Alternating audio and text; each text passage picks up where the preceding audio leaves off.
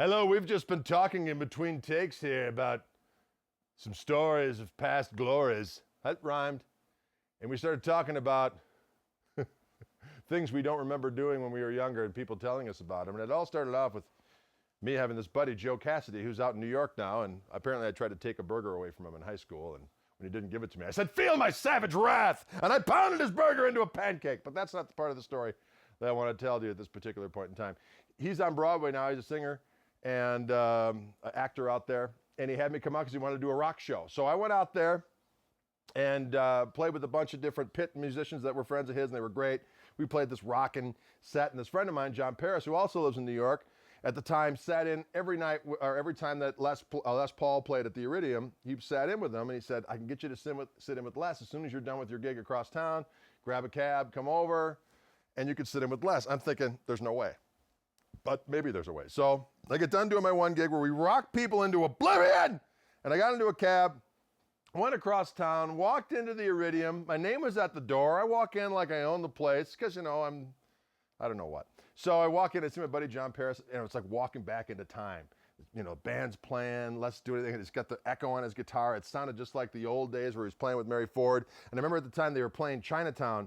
And as they were playing Chinatown, the keyboard player takes chorus after chorus. He's doing every trick known to man. Stride piano's playing tenths. He's doing the whole 9 yards. And after he gets done doing the solo and they get done playing the song, Les looks back to him and he says, "My God, that solo was incredible. I mean, what are you thinking about when you're playing that stuff? I mean, what's going through your mind?" And the guy was kind of embarrassed. He goes, "Well, you know, Les, I'm thinking about scales and chords and that kind of stuff. Well, what do you think about Les when you're playing?" He goes, "Well, I think about my wife's sister."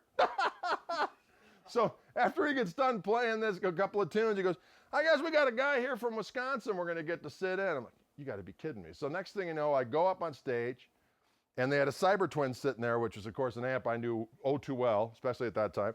So I plugged into it, got my sound, and the gal, there was an Australian, very attractive gal who played great bass and sang up a storm that played with Les. And she just got done playing a song called "I Like Big Instruments." So needless to say, when I plugged in and I towered over, I looked down and I said, "I understand you like big instruments." I couldn't resist. So anyways, I get up there and I'm in between Les, my buddy John Paris, who's going to sing a little something. And Les looks over and he goes, "You any good?"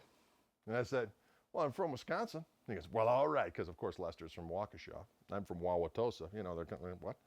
So all of a sudden we break into Mystery Train, and I start doing my schweedly. You know, I start doing my behind the nut stuff, some chicken picking, some whammy bar skullduggery. I was using a Strat at that particular juncture in time.